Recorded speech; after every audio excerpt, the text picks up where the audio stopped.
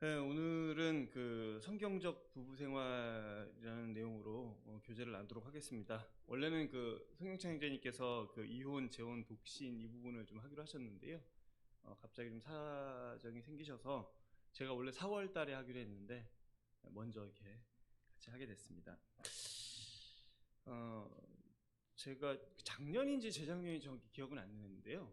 저희 둘째가 이제 학교에 가서 학교에서 있었던 일을 이제 갔다 와서 얘기를 해주는데, 학교에서 이제 선생님께서 이제 부부싸움 얘기를 했나 봐요. 그래서 부부싸움에 대해서 막 얘기를 하는데, 뭐 이제 저희 둘째는 우리 집은 엄마 아빠가 부부싸움을 안 하더라. 그래, 선생님이 그랬다고 그러더라고요. 아니다. 니네 잘 때라도 하고 있을 거다. 잘 때라도 하고 있을 거다. 근데 그래서 이제 둘째는 아닐 거다. 아닐 거다. 이렇게 얘기를 하고 왔었어요. 근데 저는 사실 이 선생님의 얘기가 오늘날의 이 가정을 가장 잘 보여주는 대표적인 예가 아닐까. 부부싸움을 안 하는 부부가 있나요? 네, 거의 없을 거라고 생각됩니다. 근데 부부싸움을 지혜롭게 하는 사람들은 있겠죠. 예, 부부싸움을 그 중에서 지혜롭게 하는 사람도 있을 겁니다. 제가 아내와 어, 의견이 다르지 않고 항상 같아서가 아니라 그런 갈등이나 어려움들이나 문제들이 있을 때 그것을 하나님께서 주신 그런 지혜 가운데서 잘 풀어나갔기 때문에 목소리를 크게 내지 않을 수 있지 않았을까라는 생각을 합니다. 물론 뭐 아내가 무서워서 그럴 수 있죠. 아내가 무서워서 그럴 수 있지만 사실은 뭐 네, 아내를 사랑합니다. 사랑하기 때문에 그렇겠죠. 제가 말씀드렸지만 제가 어릴 때 뭐 저희 부모님이 이제 제가 초등학교 때 이혼하시고 또 그렇게 살다 보니까 제가 주님 안에 이제 들어와서 하나님 믿고 또 그 모임의 형제 자매님들 결혼하신 분들을 앞선 그 선배님들을 볼 때 나도 좋은 가정을 갖고 싶다라는 그런 꿈이 있었어요. 그래서 제가 20살 때 이제 그 다음이라는 메일이 처음 한메일이라는 게 처음 나왔습니다. 그래서 처음으로 그걸 만들 때 스마일 파파라는 이름을 했었어요. 그래서 웃는 아빠가 되고 싶다. 그러니까 좋은 아빠가 되고 싶다라는 그런 꿈이 그때부터 있었어요. 그래서 그걸 위해서 뭐 준비도 하고 또 뭐 찾아도 보고 결혼해 보니까 그게 제일 어려운 것 같더라고요. 밖에 나가서 잠깐 좋은 사람이 되는 건 정말 쉬운데 집에서 좋은 남편, 또 좋은 부모, 좋은 어떤 자녀가 된다는 것은 쉬운 일이 절대 아니라고 생각이 됩니다. 그럼에도 불구하고 전 참 감사한 것은 뭐냐면 어, 제가 그렇게 불가능하다고 생각했던 일들, 참 제가 바라고 있던 일들을 주님께서 참 은혜 가운데서 이루어 주신 것 같아요. 그래서 어쨌든 뭐 아내와 여러 가지 다른 부분도 있고 어려운 부분도 있었지만 그러나 주님께서 주신 그런 말씀 가운데서 또 선배님들이 보여주신 그런 그 좋은 본들 가운데서 저도 이렇게 가정을 이루고 지금 이제 20년이 지났거든요. 그래서 20한 2년 됐는데 그런 가정들을 22년간 이 가정을 이루어왔고 또 앞으로도 그런 가정을 이루어갈 거라는 그런 어떤 기대를 하게 됩니다. 하나님께서는 우리 성도들이 행복하길 원하십니다. 우리 성도들만이 아니라 사실은 모든 사람들이 행복하길 원하죠.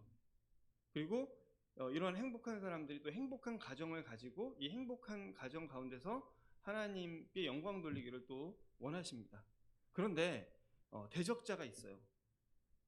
그것을 싫어하고 방해하는 대적자가 있습니다. 그런 사단은 우리가 그렇게 살지 못하도록 계속해서 방해하고 대적하고 또 우리에게 많은 생각들을 줍니다. 그럼에도 불구하고 그렇기 때문에 우리가 하나님 안에서 바로 서고 하나님의 말씀을 알고 하나님께서 무엇을 원하시는지, 하나님께서 이 가정에 어떤 계획을 두시고 어떻게 살아가기를 원하시는지를 우리가 알아야 될 필요가 있습니다. 운전면허, 제가 늘 하는 말씀입니다. 운전면허 하나를 따려고 해도 공부를 해야 되거든요. 그리고 도로 연수도 해야 되고, 그죠? 몇 달에 걸쳐서 떨어지기도 하고, 하지만 열심히 노력을 해서 면허를 땁니다. 학교를 들어가려면 더 많은 공부를 해야 되죠. 어떤 자격증을 따려고 해도 공부를 해야 됩니다. 그런데 좋은 아빠, 좋은 부모, 좋은 남편, 좋은 자녀가 되기 위해서는 의외로 공부를 또는 준비를 하지 않는 것들을 보게 됩니다. 바른 지식은 바른 신앙을 만듭니다. 우리가 하나님의 말씀, 아까 말한 것처럼 사단은 하나님의 뜻을 왜곡하고 온갖 그 많은 어떤 가치관들로 이 사람들을 공격해서 행복하게 살지 못하게, 겉으로 보일 때는 되게 그럴듯해 보이고 멋져 보이지만 그런 가치관들을 가지고 결국은 이 가정을 파괴하게 만들거든요. 근데 그렇기 때문에 우리는 이 하나님의 말씀을 바로 알고 그 바로 알 때 우리가 바른 신앙 또 바른 가정을 만들어갈 수 있다라고 생각이 듭니다. 어떻게 우리가 그러면은 그 바른 지식을 알 수 있을까요? 왜냐하면 아까 말씀드린 것처럼 바른 지식은 바른 신앙의 토대가 되고 바른 가정의 토대가 되기 때문입니다. 우리가 그렇기 때문에 우리는 가정과 부부 그리고 남편 그리고 부모 또는 자녀에 대한 성경적인 원리를 분명하게 알아야 되고 또 공부해야 되고 경험해야 합니다. 그리고 여기 하나 더 덧붙여야 될 것이 있습니다. 뭐냐면 우리가 안다고 변합니까? 우리가 공부한다고 변하나요? 네, 동의하시지 않죠. 우리가 사실 몰라서 못하는 경우보다는 아는데 그렇게 안 되는 게 많거든요. 그렇죠. 특히 가정, 아내를 사랑하고 아내를 잘해야 된다는 거 알지, 그리고 남편이 잘해야 되는 거 알지만 순간 우욱하고 올라오는 것들이 우리 안에 있거든요. 이런 것과 더불어서 주님의 은혜 안에 그리고 주님과의 교제 안에 우리가 거해야 될 필요가 있는 것입니다. 정말로 주님께서 우리에게 은혜를 베풀어 주지 않는다면, 그리고 정말 주님께서 우리와 동행하지 않는다면, 그리고 정말 주님께서 우리 가정에 어떤 인도자가 되지 않는다면 그것은 쉬운 일이 아닐 것입니다. 제가 이렇게 살아오는 과정에서 사실은 저의 인격이 뛰어나서 저는 그렇다고 생각하지 않거든요. 저는 인격이 그렇게 뛰어나지 않고 저는 여전히 죄인이고 여전히 부족한 게 많지만, 그러나 그런 가운데서도 주님께서 제게 특별하게 은혜를 주셨고 또 그 주님 안에 거할 때 주님께서 저희 가정을 참 많이 지켜주시고 은혜로 인도하셨다라는 생각을 합니다. 우리 오늘 그 교재 책에 보면 이런 말씀 참 마음에 와닿았어요. 주님을 믿고 말씀으로 양육을 받을 때 우리의 인격은 변할 수 있다. 우리의 인격은 변한다. 저는 거기 하나를 더 추가시키고 싶어요. 주님을 믿고 말씀으로 양육을 받고 주님께서 역사하실 때 우리의 인격이 변하고 그 변하는 인격으로 인해서 내가 바뀌고 우리의 가정이 바뀌고 우리의 직장이 바뀌고 우리의 사회가 바뀔 수 있다고 믿습니다. 이런 소망과 이런 확신이 우리 가운데 있다는 건 큰 축복입니다. 세상 그 무엇도 우리 사람들에게 이러한 확신을 줄 수는 없어요. 왜? 사람의 확신은 그 근거가 흔들리게 되면 변하기 때문입니다. 그런데 우리는 어떻죠? 우리는 흔들리지 않는 근거와 흔들리지 않는 토대가 있기 때문에 우리는 당당하게 이렇게 얘기할 수 있고 주장할 수 있고 그 말씀 때문에 우리는 소망을 가지고 정말 아름다운 가정에 대한 소망을 가지고 살아갈 수 있는 것입니다. 수신제가 치국평천하, 아마 우리 서대문교회 성도님들이라면 다 아시는 내용일 거예요. 가정을 잘 다스려야 교회를 다스릴 수 있는 거예요. 세상을 잘 다스릴 수 있는 것입니다. 가정이 우선입니다. 아까 제가 처음 말씀드린 것처럼 밖에서 인정받기는 쉽습니다. 왜? 잠깐만 잘하면 되니까. 근데 가정에서는 사실 내 모든 모습이 나올 수밖에 없거든요. 그래서 제가 모토가 저희 사무실에서도 사람들한테 직장 동료들과도 얘기할 때 늘 얘기하거든요. 나는 가정에서 인정받고 직장에서 인정받는 사람이 되고 싶다. 그것이 나의 모토다. 사회에서 인정을 받지 않겠다는 것이 아니고 교회에서 인정을 받지 않겠다는 것이 아니라 가정에서 인정받고 사회에서, 가정에서 인정받고 교회에서, 그렇지 않으면 그것이 저의 진짜 모습이 아니기 때문입니다. 제가 마지막 순간에 진짜 이렇게 제가 이제 죽을 때 많은 사람들이 웃겠죠. 그 사람들이 다 저에 대해서 안타까워하고 좋은 사람이야 라고 얘기했는데 정작 저희 가족은 저에 대해서 그렇게 얘기하지 않는다면 그것은 정말 진실되고 가치 있는 삶이었을까요? 그렇지 않겠죠. 모든 사람들이 뭐 부족하다고 얘기한다 할지라도, 그러나 우리 가족들이 정말로 그 좋은 가정을 세운 아버지였다라고 얘기한다면 그것이 저에게 더 가치 있을 거라고 믿습니다. 디모데전서 3장 5절을 보면 사람이 자기 집을 다스릴 줄 알지 못하면 어찌 하나님의 교회를 돌보겠느냐.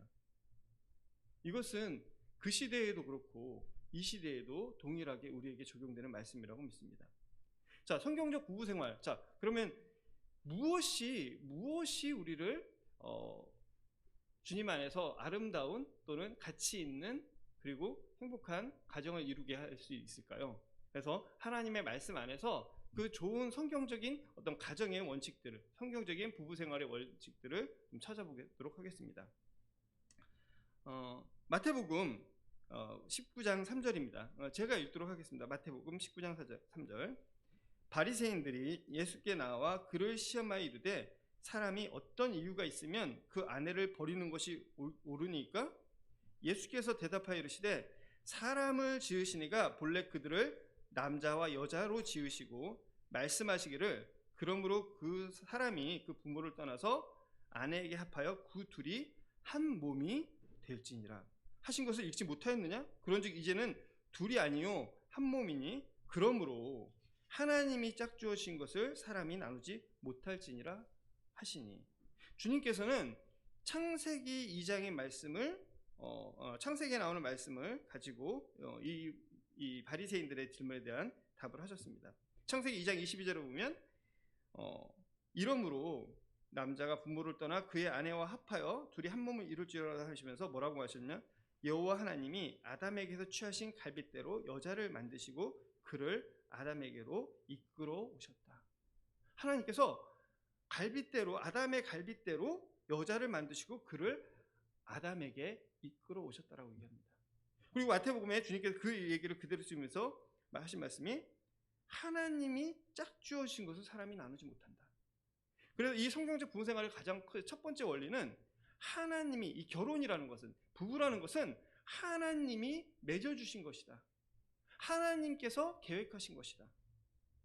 즉 이 말은 뭐냐면 내가 결혼한, 나의 결혼의 주권자는 이 주권은 내가 선택한 것이 아니라는 것이다. 물론 내가 선택했겠죠. 그렇죠? 결혼은 다 자기가 선택을 하죠. 그러나 그 선택의 과정에 하나님께서 계시다는 사실을 우리는 분명하게 인식을 해야 합니다. 세상 사람들은 그냥 자기가 선택한 거예요. 그러나 우리는 분명히 알고 있습니다. 하나님께서 하와를 아담에게로 이끌어 오셔서 둘이 한 몸을 이루게 하셨다. 하나님께서 우리를 짝지어 주셨다. 하나님께서 우리가 결혼을 하게 만들어 주셨다. 이것은 굉장히 큰 축복이고, 또 하나는 이 가정의 가장 든든한 기반이 되고 토대가 되는 것입니다. 사람들은 하나님께서 이끌어 오셨다라는 생각을 하지 않기 때문에 자신의 계획이, 자신의 결정이 틀렸다라고 얘기를 합니다. 내가 결혼을 잘못했구나라고 얘기를 합니다. 그러나 우리에게는 그런 일이 있을 수 없을 것 같습니다. 왜? 하나님께서 인도하시고 계획하시고 이루신. 우리 생각에는 어떻게 내가 이런 결혼을 했지? 이렇게 생각할 수 있겠지만, 그러나 하나님께서는 분명하게 우리의 삶에 개입하시고 주관하셔서 우리를 부부로 만드셨고 가정을 이루게 하셨다는 것입니다. 그렇기 때문에 하나님께서 맺어주신 것이기 때문에 어떤 이유에서건 사람이 나눌 수 없습니다. 이것이 가장 첫 번째 중요한 원리라고 생각을 합니다.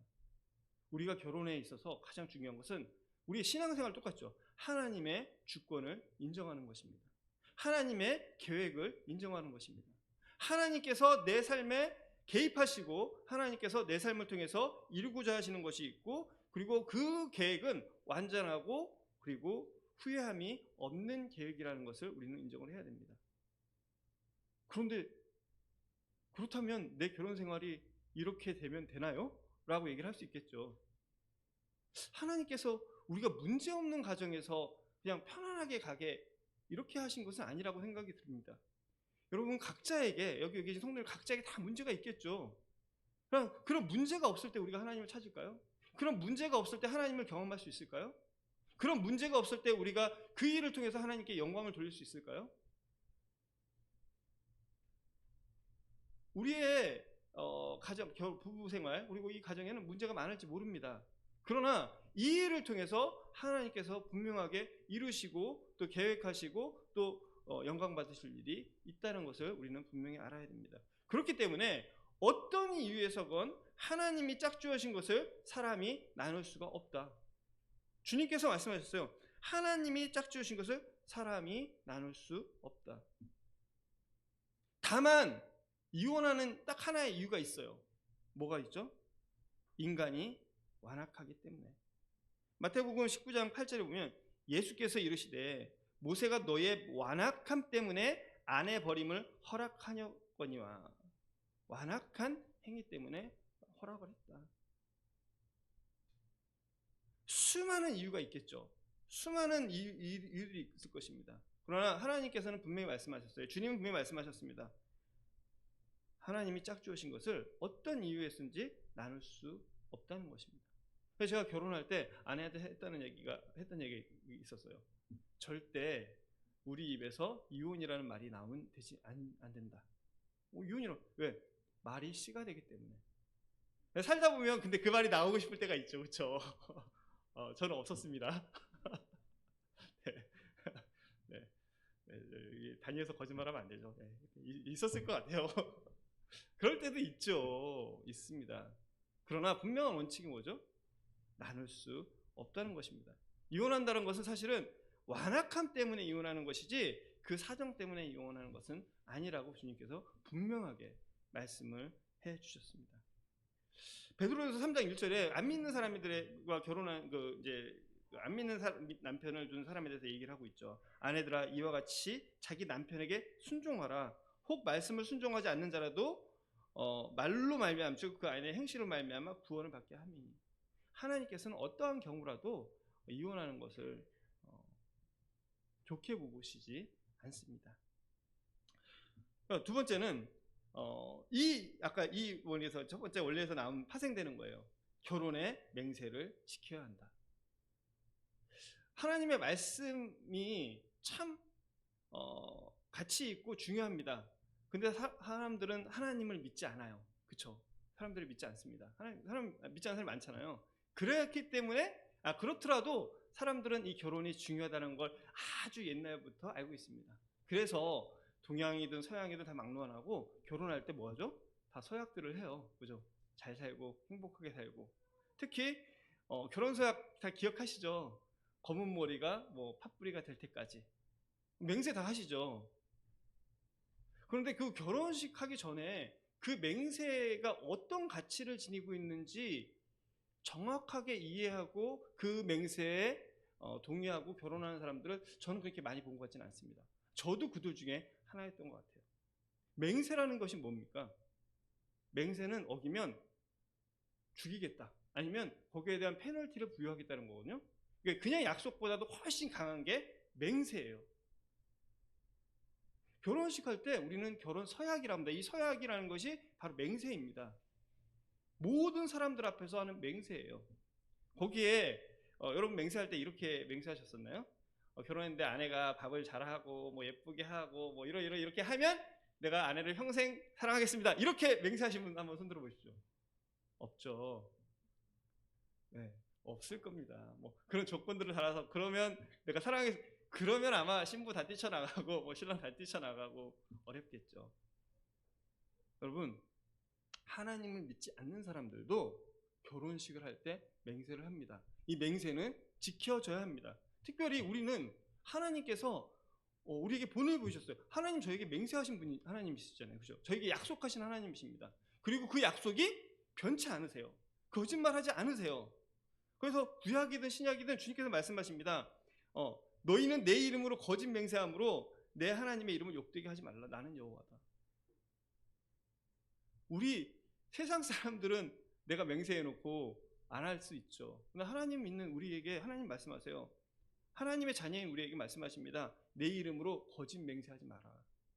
여러분, 우리가 결혼할 때 모든 사람들 앞에 우리 맹세를 하지 않습니까?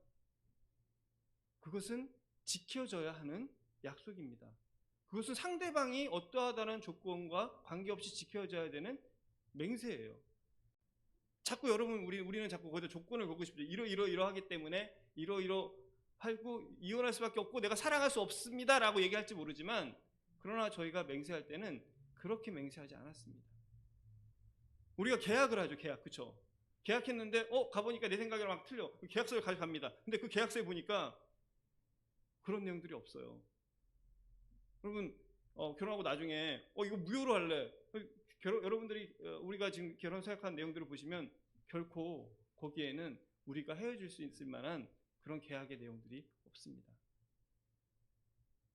민수기에 보면 이런 말씀이 있죠. 30절에 사람이 여호와께 서원하였거나 결심하고 서약하였으면 깨트리지 말고 그가 그 입으로 말한 대로 다 이행할 것이니라. 결혼해서 우리가 한 맹세는 지켜져. 주님께서 먼저 그렇게 본을 보이셨습니다. 그렇게 하셨어요. 그리고 우리에게도 특별히 이 결혼에 대해서 생각할 때 우리가 맹세한 것들에 대해서는 지켜야 될 의미가 있습니다. 조건을 달지 마세요. 왜? 조건이 없습니다. 상대가 변하길 바라지 마세요.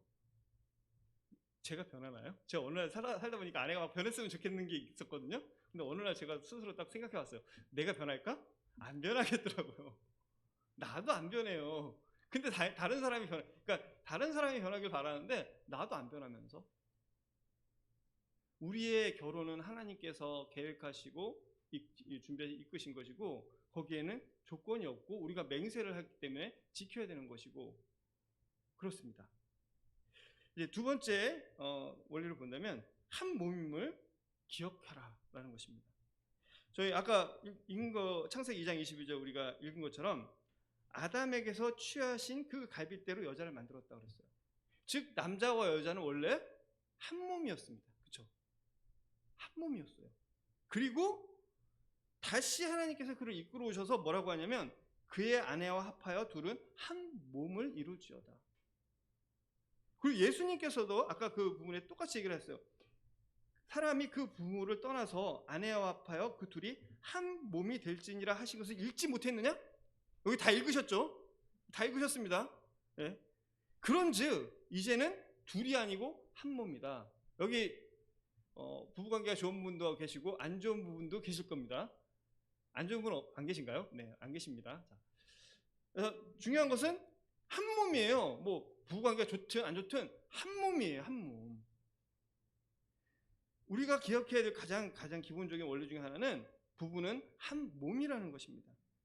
그렇기 때문에 아내를 미워하는 것은 자기를 미워하는 것입니다.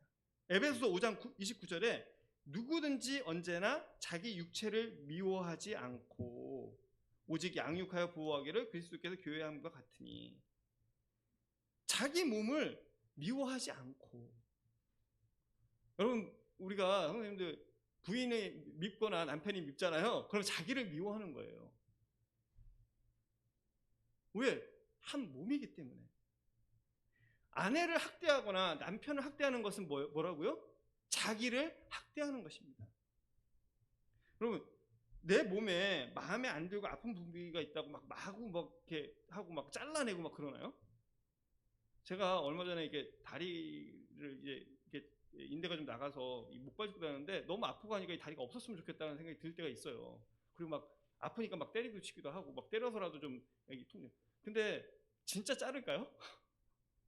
아니죠. 아무리 이게 재구시를 못해도 붙어 있는 게 낫잖아요. 그렇죠? 한 몸입니다. 우리가 교회에 대해서는 많이 얘기를 하는데 부부가 한 몸이라는 것을 우리는 강조하지 않습니다. 우리는 한 몸이라는 것입니다. 우리가 한 몸이라는 것은 정말 중요한 원리입니다. 그래서 자기야라는 표현은 정말로 성경적인 표현이죠. 자기야. 자기야.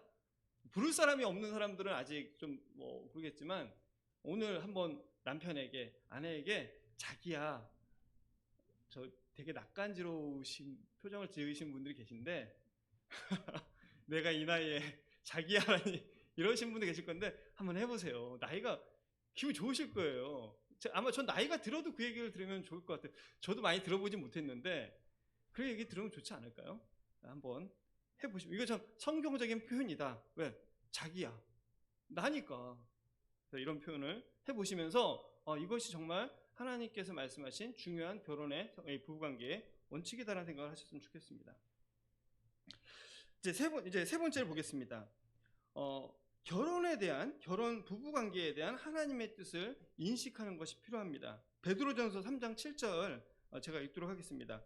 남편들아, 이와 같이 지식을 따라서 너희 아내와 동거하고 그를 더 연약한 그릇이요 또 생명의 은혜를 함께 이어받을 자로 알아 귀히 여기라.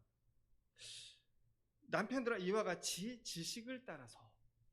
이 지식이라는 단어는 저도 좀 원어를 잘 모르기 때문에 이렇게 봤는데 어쨌든 이 부분을 좀 더 우리가 좀 쉽게 해석을 하자면 가정에 대해서, 또 남편에 대해서, 아내에 대해서, 부모의 역할과 자세에 대해서, 이런 이 가정에 대한, 그리고 아내에 대한 그런 부부에 대한 하나님의 뜻을 알고 인식해서, 그러니까 이 지식이라는 것은 단순히 공부 이런 게 아니라 이런 하나님의 께서 계획하신 이 결혼에 대한 어떤 지식을 뜻을 분명히 알고 인식을 하라는 내용들이 들어있는 것입니다. 저희가 사실은 교회에 어릴 때부터 다닌다고 하더라도 이런 가정에 대해서, 부부에 대해서 정확하게 알지 못한다면 사실 또 정확히 알지 못하고 결혼하시는 분들도 꽤 많이 있는 것으로 알고 있습니다. 그럴 때 사실은 그 중간에 일어나는 여러 가지 어려운 일들이 잘 핸들링이 안 되는, 처리가 안 되는 경우들이 많이 있습니다. 하나님께서는 하나님께서 제정하신 이 가정과 결혼과 그리고 각자의 역할에 대해서 분명히 알고 인식하기를 원하십니다. 그리고 그것을 따라서 너희 아내와 동거하라고 말씀하십니다. 아내와 함께 살아가라고. 그리고 그를 더 연약한 그릇이요 또 생명의 은혜를 함께 이어받을 자로 알아 귀히 여기라. 귀히 여기라. 저는 베드로 3장에서 아내를 귀히 여기라. 이 귀히 여기다라는 것은 뭐냐면 영어로 그냥 보면 NIV에서는 리스펙, 요즘 많이 쓰시죠. 리스펙한다. 아내를 리스펙해라. 그리고 킹제임스 버전에서는 언어, 좀 더 영광을 돌리고 높이는 언어라는 그러니까 보통 상을 줄 때 언어라는 그러니까 영광스러운 상을 때는 언어라는 이 단어를 많이 씁니다. 상을 줄 때 굉장히 영광스러운. 그러니까 귀히 여기라는 것은 굉장히 리스펙하고 존경하고 그런 거죠. 자, 그러면 아내가 어떤 존재인지를 우리가 알아야 될 거예요. 베드로전서 3장 7절을 쭉 보고 있으면 아내는 어떤 존재이죠? 좀 더 연약한 그릇이에요. 이거 연약하다라는 표현은 동의 안 하실 형제님들이 많으실 거예요. 아내가 더 강한데? 아니에요. 그렇지 않습니다. 자매님들이 강해질 수밖에 없고 겉으로 그렇게 표현할 수밖에 없는 거지, 사실은 누구보다도 남편의 사랑이 필요하고, 누구보다도 남편의 격려가 필요하고, 누구보다도 남편의 보호가 필요한 것입니다. 물론 남편도 그렇죠. 그런데 하나님께서 특별히 남편들에게 이렇게 말씀하셨어요. 더 연약한 존재로 알고, 그리고 생명의 은혜를 함께 받을 자다. 진짜 별개가, 남편은 상을 받는데 아내는 상을 못 받는, 말이 안 됩니다. 주님 앞에 갔을 때는 남편이 상 받으면 아내도 받고, 남편이 못 받으면 아내도 못 받고, 같이 가는 거지 한 사람만 받을 수 있는 건 아닌 것 같아요. 왜? 한 몸이니까. 그리고 이 생명의 은혜를 함께 이어받을 그런 존재입니다. 저는 결혼하기 전에, 결혼할 때쯤이었었어요. 지금 누군지 기억이 안 나요. 그분이 믿는 성도님이었는지 아닌지도 기억은 나지 않습니다. 근데 그분이 해주신 말씀은 항상 제 마음에 남아있어요. 뭐냐면, 태훈아, 네가 결혼했는데, 결혼하고 이제 딸이 있어. 아주 예쁜 딸이야. 근데 그 딸이 시집을 갔어. 그런데 그 딸이 그 남편한테 사랑받지 못하고, 보호받지 못하고, 존귀 여김을 받지 못하면 네 마음이 어떻겠냐? 너무나 슬프지 않겠냐? 너무나 마음 아프지 않겠니? 그러니까 아내를 존중히 여겨라. 그게 저는 계속 남더라고요. 꼭 성경에 나온 말씀은 아니지만 전 이 말씀을 들으면서 그런 마음, 정말로 하나님께서 그잖아요. 부모한테 이렇게 소중한 딸이라면, 그렇죠?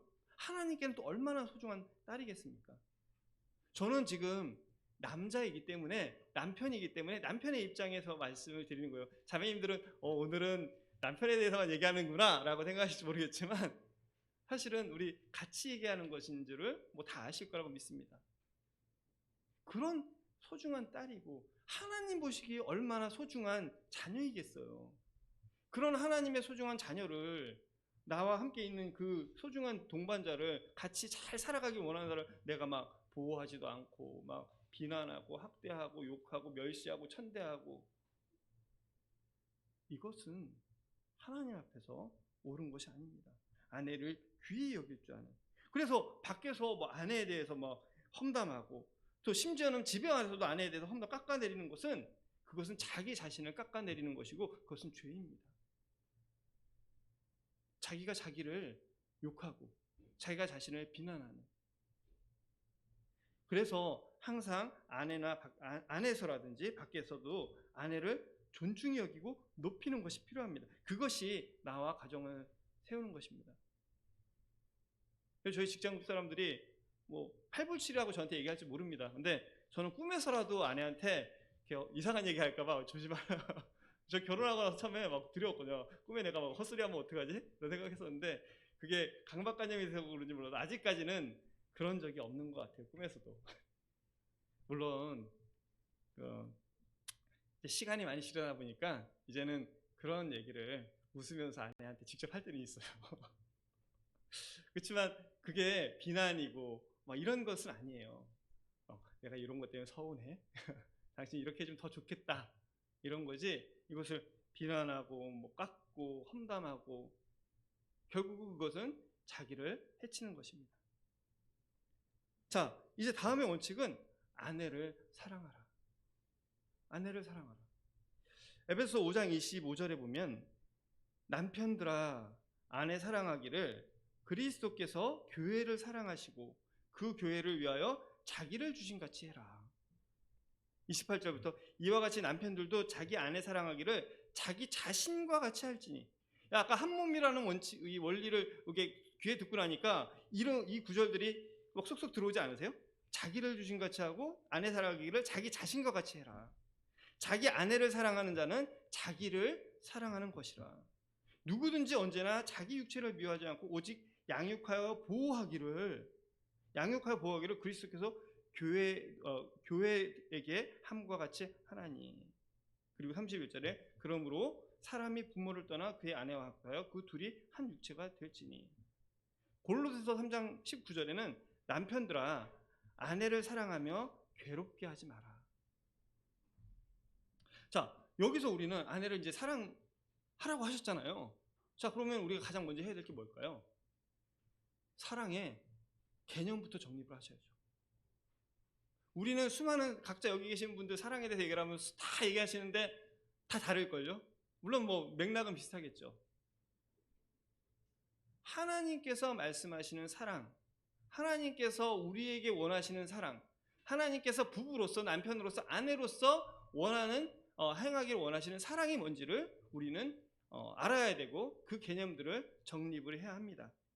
내가 좋을 때만, 내가 가슴이 뛸 때만, 내가 정말 마음이 끌 때만 하는 게 사랑인가요?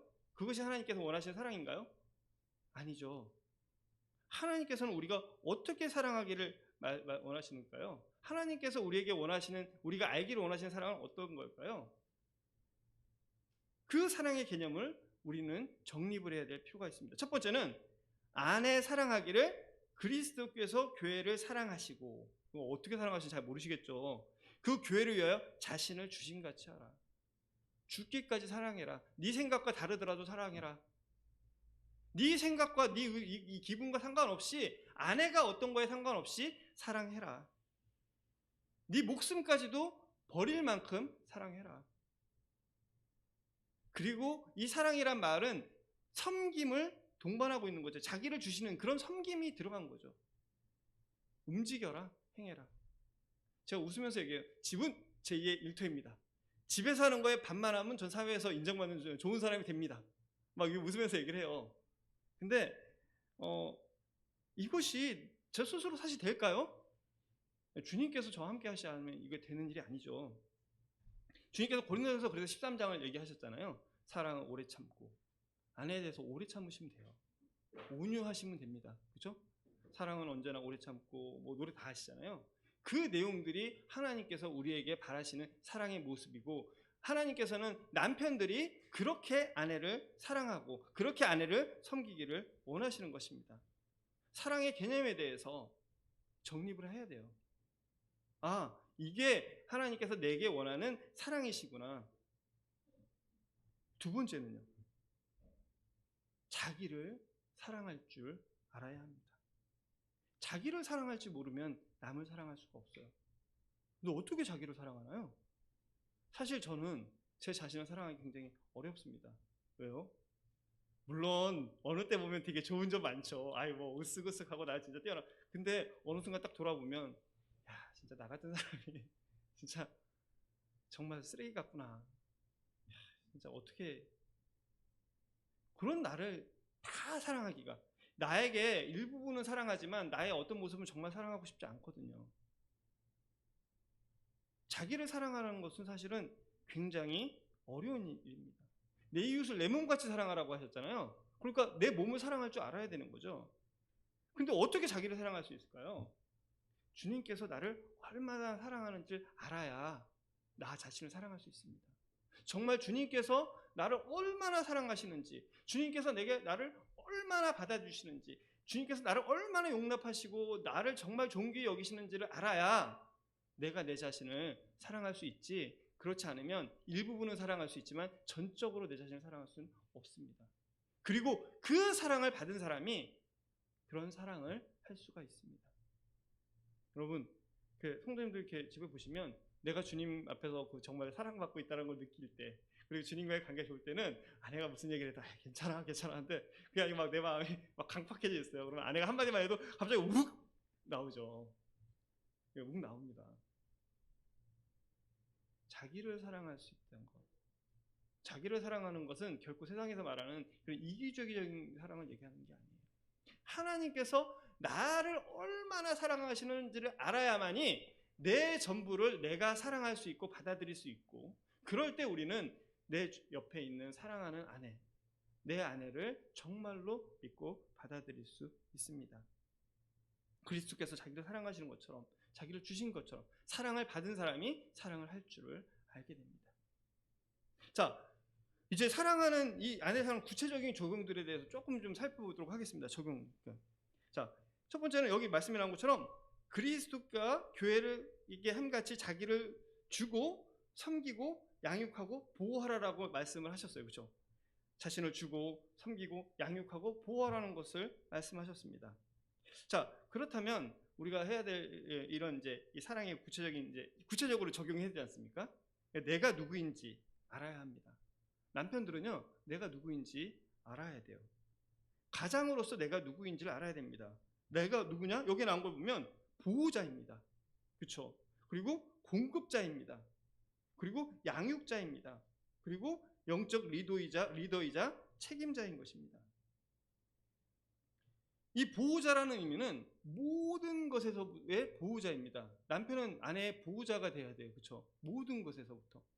이 모든 것에서 나의 가족을 빼지 마세요. 내 어머니, 내 아버지, 내 형제 자매가 빼면 안 됩니다. 모든 것에서부터 보호자가 돼야 됩니다. 왜? 제가 요거는 뭐 조금 제 간증이기도 한데, 제가 저는 어머니가 저희를 혼자 키우셨어요. 진짜 저 어머니 정말 사랑하거든요. 결혼을 하고 나서 제가 이렇게 어머니께 말씀드렸어요. 어머니, 제 아내에 대한 얘기 저한테 하지 마십시오.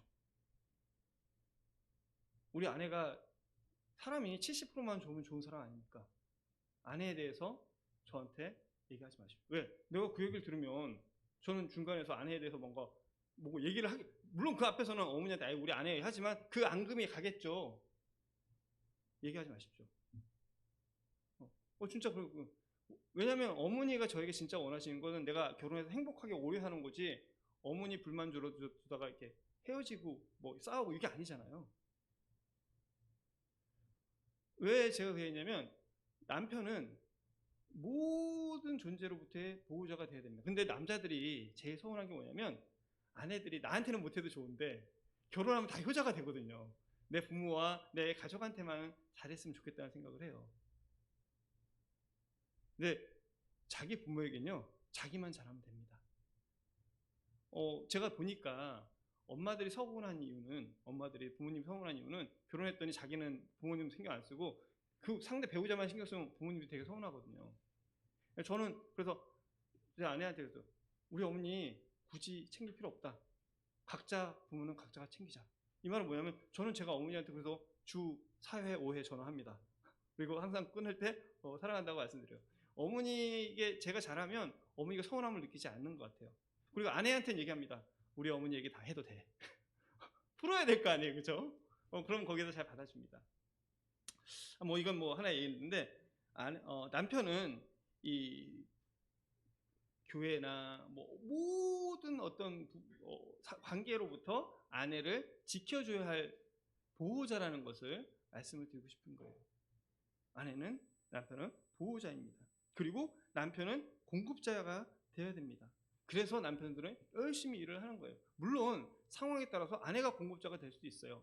예외적인 경우는 항상 있습니다. 제 모든 법칙이라 예외적인 경우는 항상 있어요. 뭐 그럼에도 불구하고 기본적인 원칙은 공급자가 되어야 되고 또 영적인 리더가 되어야 되는 것입니다. 아버지가 남편이 가정에서 영적인 리더가 되지 못한다? 그 가정이 주님 안에서 아름다울 수 있을까요? 결코 그렇지 않고, 그렇기 때문에 영적 리더가 되기 위해서 준비해야 되고 더 많이. 부모님들은 다 제 마음 아실 거라고 믿습니다. TV 보고 싶은데 자녀 때문에 못 보시는 경우 많죠. 그렇죠?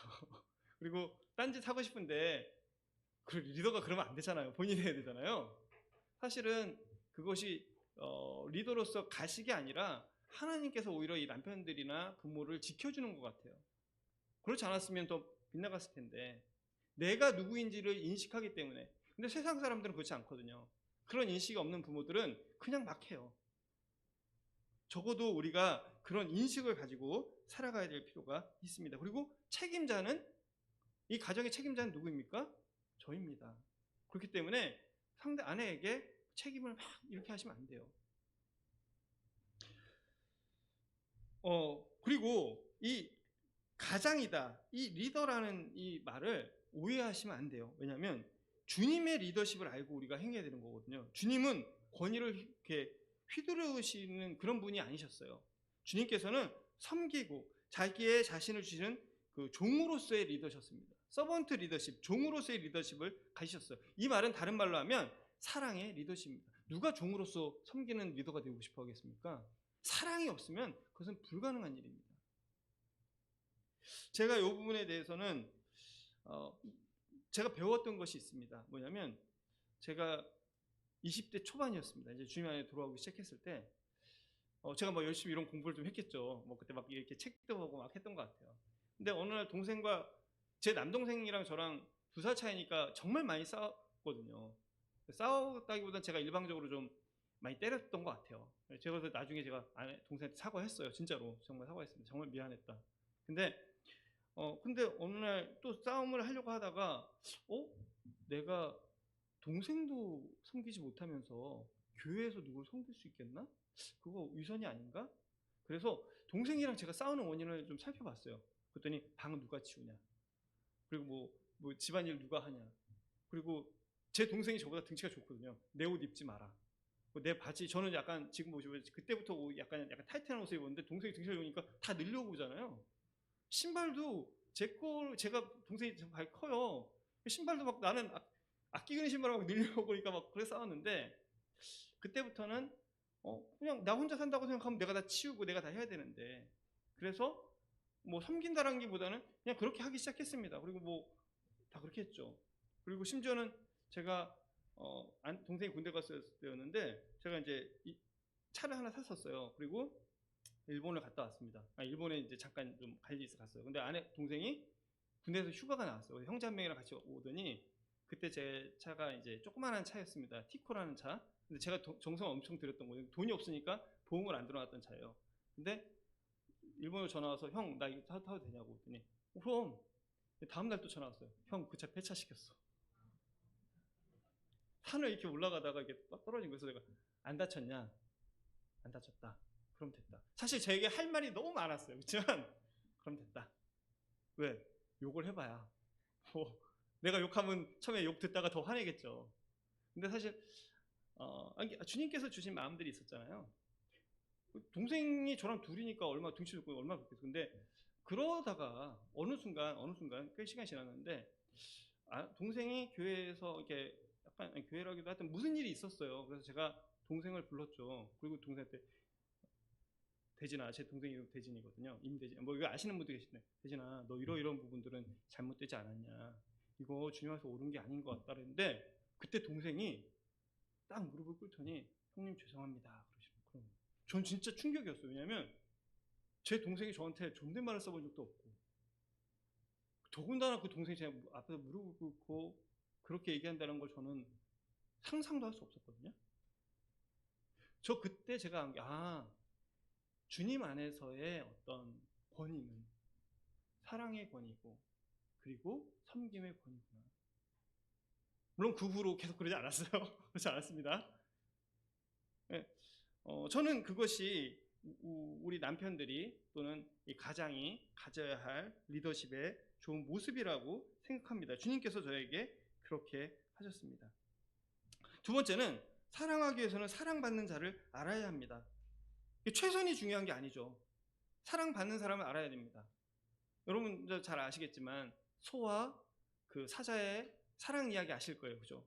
사자랑 소가 사랑에 빠졌어요. 사랑에 빠졌습니다. 그래서 이 소는 이 사자를 너무 사랑해서 음식을 막 장만을 했어요. 풀을 막 갖다 준 거죠. 사자는 그 앞에서 너무 고마운데 먹질 못하고 있는 거예요. 사자는 이 소를 위해서 열심히 사냥했습니다. 막 밤새도록 사냥하고 막 갖다 줬어요. 그 좋은 고기를 딱 갖다 줬는데 소는 그걸 보고 진짜 고마운데 그걸 먹지를 못하고 있는 거예요.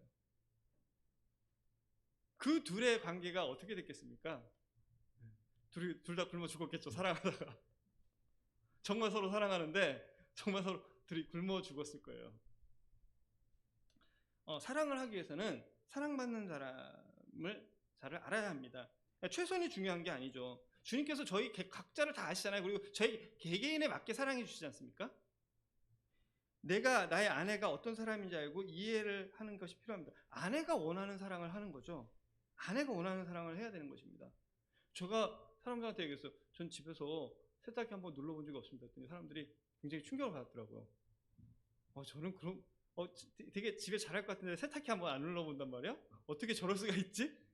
근데 저 따뜻하게 얘기했어요. 아내가 저를 좋아해요. 진짜 좋아합니다. 여기 계시니까 직접 물어보지 마세요. 아내가 저를 좋아하는 것 같아요. 이거 제 생각입니다. 이제 좋아하는 것 같습니다. 왜냐하면 아내가 원하는 걸 하거든요. 집에 가서 아내가 딱 말하는 순간 그냥 바로 일어나서 움직입니다. 저는. 물론 아내도 저를 많이 배려하는 거죠. 서로가 배려하는 거지 한 사람만 배려하지 않잖아요. 그리고 제가 진짜 결혼하고 한 10년 지날 때 저희 아내는 돌아다니는 걸 되게 좋아하는 사람이에요. 정말 돌아다니는 걸 좋아해요. 잠도 집에서 누워서 자는 걸 별로 좋은 게 아니라 차 타고 가면서 차에서 누워서 자는 걸 되게 좋아하는 사람입니다. 제가 결혼하고 한 10년간 주말에 집에 있어 본 적이 없어요.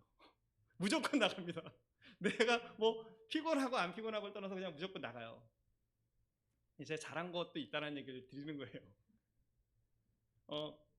아내가 사랑하기 위해서는 사랑받는 자를 알아야 합니다. 그래서 제가 아내랑 정말 좋아해서 결혼했지만 좀 어려웠었거든요. 근데 그 당시에 성격 검사를 뭐 우연찮게 가서 했는데 성격 검사를 하다 보니까 이 사람은 이런 사람이구나.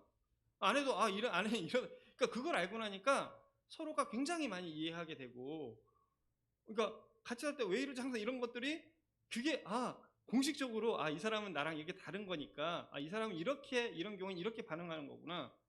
여러분 그 사랑의 5가지 언어 있지 않습니까? 그런 책들도 보시면 사랑마다 사랑받는 방법이 다 달라요. 어떤 사람은 명품을 사줘야 사랑받는다고 느끼는 사람이 있고, 어떤 사람은 이렇게 안아줘야 사랑받는다는 사람이 있고, 어떤 사람은 막 자꾸 칭찬해주고 이렇게 해줘야 사랑받는다고 느끼는 사람들이 있거든요. 각자의 맞는 사랑을 하기 위해서는 상대방을 알아야 돼요. 그래서 형제님들은 아내 탐구 이런 걸 좀 하세요. 뭐 다 잘 알고 있다고 생각하시죠? 저는 얼마 전에 알았어요. 제가 진짜 모르고 있구나. 그래서 그 아내에 대해서 아내에게 물어보시기도 하고, 주변 분들한테 왜냐면 내가 보는 아내와 주변 사람이 보는 아내는 또 굉장히 다를 수 있거든요. 그리고 아까 같이 이런 것도 한번 좀 해보시고, 그래서 아내를 알고 그 사람에게 맞는 사랑을 해주는 것이 필요합니다. 그리고 정말 중요하죠.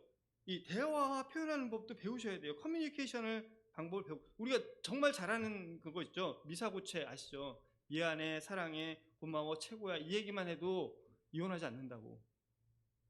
그러니까 근데 사실 이런 커뮤니케이션 저는 상당히 도움 받았습니다. 이거는 부부관계만이 아니고요, 사회생활 하는데 도움을 받았던 것 같아요. 커뮤니케이션 저는 책도 많이 좀 보고 그랬던 것 같습니다. 그래서 이런 커뮤니케이션에 대해서 사실 우리가 공부해야 될 필요가 있어요. 그래서 뭐 가족 간에 대하는 이렇게 하면 됩니다라는 그런 신앙서, 특히 기독교 서적에 가면 가정에 대한, 또 이 대화에 대한 커뮤니케이션 책들이 굉장히 많이 나와 있어요. 제가 영향을 받은 책들이 굉장히 많습니다. 그리고 거기에 있는 것들을 적용했을 때 놀라운 효과를 본 것도 굉장히 많이 있었어요. 제가 뭐 또 한 가지 예를 들자면, 제가 이제 20대 때 그런 걸 막 배웠어요. 사랑한다고 표현해라. 근데 뭐 전에 간증했는지 모르겠지만, 저는 제가 우리 아버지에게 어릴 때부터 맞은 기억밖에 없어요.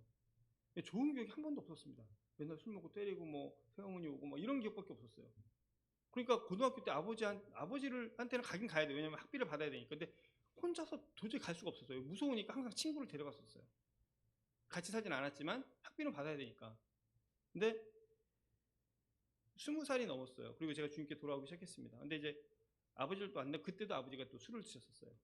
근데 이제 나이가 20살이 넘으니까 아버지가 그렇게 무섭진 않았어요. 근데 그때 술을 드시고 또 주먹으로 저를 야이 새끼 하면서 이렇게 때리려고 하셨는데, 그 순간 제가 말씀에서 배운 거를 좀 이렇게 써먹어보자. 진짜 아버지 꼭 깨안으면서, 아버지 나 그래도 아버지 사랑한다고.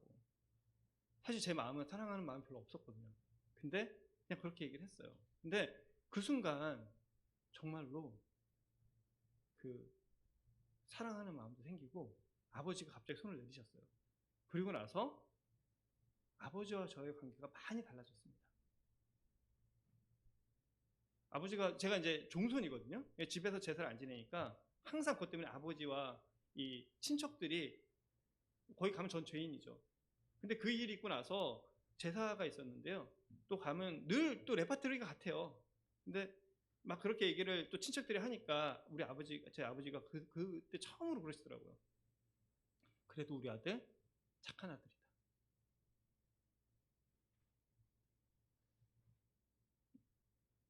이런 만약에 제가 주님 앞에서 그런 것들을 배우고 또 주님께서 그런 마음을 주지 않았다면 전 그런 경험을 할 수 없었을 것입니다. 뭐 미사고체, 그냥 뭐 진심을 담아서 하셔도 좋고, 또 진심이 안 담겨도 저는 좋다고 생각을 합니다. 그냥 습관이 되는 거죠. 근데 그럼에도 불구하고 바랄 수 없는 것은 바라지 않는 것이 좋습니다. 왜냐하면 제가 아내가, 저 결혼한 지 22년 됐는데 한 18년 될 때까지 아내가 저한테 사랑한다는 말을 써본 적이 없어요. 네, 전에 한번 간증을 했던 것 같은데, 저는 정말 이해가 안 됐고 정말 서운하기도 하고, 아니 나 사랑하지 않냐 했더니, 자기 사랑을 잘 모른다. 그럼 나랑 왜 결혼했냐? 그러면 그냥 좋아서 결혼했다. 이거는 도대체 어떻게 받아들여야 되는지. 좋아서 결혼했다. 사랑을 모른다. 그런데 그래서 지금도 아내는 저에게 사랑한다는 표현 잘 안 하고, 애들한테도 뭐 사랑해 뭐 이런 거 잘 안 해요. 별로 좋아하지 않습니다. 그런데 저는 서운하지가 않아요. 왜냐하면 아내가 저를 정말 사랑하는 걸 알거든요. 왜? 사실은 저는 말로 막 이렇게 하지만 아내는 늘 저와 함께 있고 싶어 해요. 그래서 제가 있으면 좋아해요. 제가 집에 있으면 좋아하더라고요. 물론 일꾼이 생겨서 그럴 수도 있는데 좋아하더라고요. 그래서 저랑 얘기를 막 하고 싶어 하더라고요. 미워하면 저랑, 싫어하면 저랑 막 얘기하고 싶어, 대화 상대가 없어서 그럴 수 있다라고 생각하실지 모르겠지만, 그래도 아내, 동네에서 많은 분들과 만나요. 이건 저 아내 집에서 아마 집에 TV로 보고 있을 텐데, 네, 하여간 말로 표현하지 않더라도 이렇게 표현이 되면, 이 삶으로라도 표현이 되면 서운하지 않습니다. 저는 어느 순간인가, 아내가 나보다 나를 더 챙겨주고 나보다 나를 더 아껴주는구나, 아내가 나를 사랑하는구나. 굳이 그런 얘기를 하지 않더라도 뭐 듣고 싶을 때는 있지만, 뭐 안 들은다고 해도 내가 많이 하면 됐지. 제가 많이 하면 됐지. 그러면 되는 거 아닌가요? 그래서 그렇게 어쨌든 커뮤니케이션을 방법으로 적용하고, 그렇지만 안 되는 사람한테 억지로 요구하지 마라. 네, 요구하지 마라. 말 안 해도 사랑하고 있는 거다. 이런 걸 느끼시면 됩니다. 그리고 마지막으로 아내가 알고 느낄 수 있도록 충분히 사랑해 주셔야 될 필요가 있습니다. 사실은 아내가 그 사랑을, 남편의 사랑을 느낄 때 그 사랑은 전달이 된 거죠. 아내가 남편의 사랑을 느끼지 못하잖아요. 전달이 안 된 거예요. 전달이 안 된 건 제대로 사랑을 하지 않는 거죠. 물론 저도 이 아내한테 물어봐야 되겠지만, 아내가 느낄 때 사랑은 전달이 된 것입니다. 그래서 우리가의 목적은 아내가 알고 느낄 수 있을 만큼. 순종은요, 복종은 명령의 결과이지만, 그죠? 순종은 사랑의 결과입니다. 아내가 그렇게 충분히 사랑을 받고 순종 안 할 수도 있겠지만, 사랑의 결과입니다. 그래서 사랑 안에서 권위를 행하는 것이 필요합니다. 그리고 또 한 몸이 되는 것이 필요하죠. 그래서 뭐 분방하지 말라라는 얘기를 하셨고, 그리고 아내를 괴롭게 하면 안 됩니다. 아내를 괴롭게 하면 안 돼요. 아내가 괴로워하고 힘들어하고 있다면요, 여러분 바로 대응하셔야 됩니다. 여러분 저기 뭐 불 날 때 이렇게 삐삐삐 울리잖아요, 그죠? 그러면 어떡하세요? 잽싸게 반응이 옮기시죠? 아내가 괴로워하고 있으면 그냥 뭔가 움직이셔야 돼요. 반응하셔야 됩니다. 왜? 성경 말씀이죠. 아내를 괴롭게 하지 말라고. 아내가 괴로운 상태에 있게 두시면 안 돼요. 물론 이건 굉장히 어려운 일입니다. 그리고 복종과 순종의 본이 되어야 됩니다. 이 말은 뭐냐면, 우리가 이제 부부관계에 대해서 얘기할 때 항상 아내는 남편에게 복종하고 순종하라는 이 얘기를 반드시 합니다. 그렇죠? 그게 맞습니다. 복종과 순종은 기본적으로 질서와 권위의 문제이기 때문에 이것은 꼭 해야 되는 문제고, 말씀을 하지 않아도 여기 다 아시는 내용이라고 생각합니다. 그런데 아내들에게 그 얘기를 하기 전에 남편들은 이것을 기억해야 합니다. 성경은 남자들에게, 또 일꾼들에게 먼저 복종하고 순종하라는 것을 말씀하고 있다는 거죠. 디도서 2장 9절에 종들은 자기 상전에게 범사에 순종하고 기쁘게 하고, 고린도서 3장 22절에 종들아 모든 일에 육신의 상전들에게 순종하되, 베드로전서 5장 5절에 젊은 자들아 이와 같이 장로들에게 순종하고 다 서로 겸손으로 허리를 동일하라고 말씀을 하고 계세요. 내가 순종하지 않으면서 아내가 순종하길 바란다? 내가 복종하지 않으면서 아내가 복종하길 바란다? 저는 남편은 복종과 순종의 본을 보이는 사람이 되어야 된다는 것을 그러고 믿습니다. 먼저 내가 복종과 순종을 배우고 행해야 될 필요가 있죠. 이것은 자매에게만 해당되는 문제가 아닙니다. 남자들이 먼저 복종하고 순종하는 것을 배워야 합니다. 가정에서 부모에게, 직장에서 상사에게, 사회에서 지도자에게, 학교에서 선생님에게, 교회에서 장로에게, 또는 앞선 선생에게 복종하는 것을 배우지 못한다면, 복종하는 것을 배우지 못하고 순종하는 자세를 갖지 못하면 훌륭한 지도자가 결코 될 수 없습니다. 내가 순종하는 자가 되지 않으면서 아내에게 순종을 바라지 마십시오. 자, 이제 여기까지 얘기를 하면 형제님들 마음에 굉장히 불편하시죠. 이제 끝날 시간 다 됐는데 자매에 대한 얘기는 언제 하나.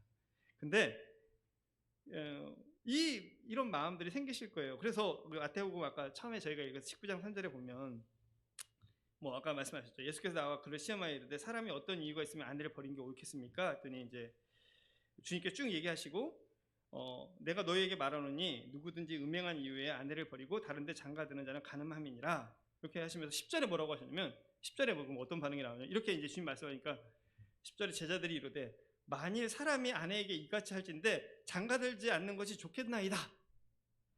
야, 이게 결혼이라 그러면 난 결혼 안 하는 게 낫지. 어떻게 결혼하겠습니까? 우리에게 이런 마음이 들지 모릅니다. 전 이 제자들의 이 반응이 너무나 솔직하고 너무나 재밌더라고요. 그렇지. 저 이렇게 얘기한다면. 그런데 이것이 하나님께서 우리에게 바라시는 내용이시고 원하시는 것이 아닌가 합니다. 이게 주님의 기준이겠죠. 자, 아내들에게는 뭐 저는 이 말씀 아까 뭐 이 말씀을 읽진 않을게요. 다 아시니까 하나님의 말씀에 서서 세상의 가치관에 대적할 필요가 있습니다. 뭐냐면 페미니즘을 굉장히 많이 얘기를 해요. 그죠? 페미니즘. 그런데 가만히 생각해 보세요. 여권이 신장된 나라, 여자들이 존중받는 나라, 여자들이 많은 활동을 하는 나라들이 대체로 어떤 나라들이죠? 기독교가 들어간 나라들입니다. 우리나라도 사회가 발전하고 교육도 많이 있지만 사실은 성경이 들어와서 하나님 말씀으로 인해서 사람들이 여자들을 왜 지금 여기까지 읽은 거 보세요. 결혼하지 않는 게 낫겠다라는 생각이 들 만큼 높은 기준이 있지 않습니까? 근데 세상은 마치 여자들은 차별받고 있고, 물론 그런 부분이 없다는 얘기를 하는 건 아니에요. 근데 적어도 그리스도인들은, 그리고 우리 성도들은 그런 세상의 가치관에 따라갈 것이 아니라 하나님의 가치관, 순종하고 복종하고, 그렇지만 남자들에게 이렇게 많은 것을 하고 있구나. 하나님이 진정 원하시는 것은 다름은 있지만, 그러나 차별은 절대 아니구나. 페미니즘의 시작과 끝은 사실 분열일 수밖에 없거든요. 우리는 하나님의 말씀에 그냥 있는 그대로 읽고 순종을 해야 될 필요가 있습니다. 아내들이여 자기 남편에게 복종하여 죽게 하듯 하라. 아내들아 남편에게 복종하라. 주 안에서 마땅하니라. 아내들아 이와 같이 자기 남편 순종하라. 많이 부족하더라도 아까 1에서부터 8번까지 앞에 쭉 말씀드린 이런 남편이 될 수 있도록 기도해 주시고 또 도와주고 격려하고 응원하시고, 그리고 내가 읽은 말씀에 대해서는 그냥 그 말씀대로 순종을 하시면 될 것 같습니다. 남편과 가정을 위해서 헌신하실 필요가 있는 거죠. 그래도 구체적인 내용들은 또 책에 나와 있어요. 남편을 위해서 꾸미는 것도 필요하고, 또 아내 음식도 준비하고, 음식은 근데 또 남편이 잘 준비할 수도 있습니다. 요즘 뭐 요리 잘하는 남편이 많아서. 그리고 가정도 관리 잘하고, 남편의 귀를 좀 즐겁게 해주시면 좋아요. 그리고 또 자기 개발도 하시고, 아까 주로 저희 형제님에 대해서 말씀을 드렸지만 사실은 이 원리는 그냥 부부간에 같이 다 적용되는 거라고 믿습니다. 그래서 오늘 이 성경적 부부 생활에 대한 어떤 기본적인 원칙들을, 원리들을 같이 좀 나눠봤습니다.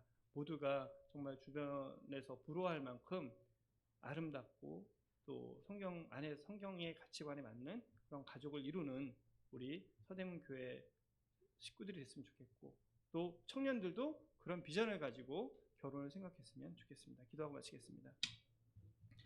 아버지 하나님, 오늘도 저희를 불러주시고 또 이렇게 하나님께서 제정하신 가정과 또 부부생활에 대해서 하나님께서 말씀하신 부분들을 저희가 한번 살펴봤습니다. 세상의 가치관에 흔들리는 것이 아니라, 세상의 가치관에 따라가는 것이 아니라 정말 하나님 말씀을 올바로 알고 또 하나님께서 뜻하신 이 원리들을 저희 마음에 담아서 정말 한 몸으로서 서로 사랑하고 또 존중하며 또 서로 격려하고 또 함께 유업을 이룰 자로서 살아가는, 그리고 그런 일들을 통해서 하나님께 영광을 돌리는 가정들이 이루어지도록 우리 서대문 교회 모든 성도님들을 축복해 주시고 또 은혜를 베풀어 주시고, 또 정말 상하고 또 무너지고 깨어진 부분들이 있다면 주님 정말로 고쳐주셔서 정말 그런 아픔들에서 회복되고 하나님의 은혜 안에 나갈 수 있는 우리 서대문 교회 성도들, 또 성도들의 가정이 될 수 있도록 은혜를 베풀어 주옵소서. 함께해 주신 것을 감사드리며 예수님의 이름으로 기도드렸습니다.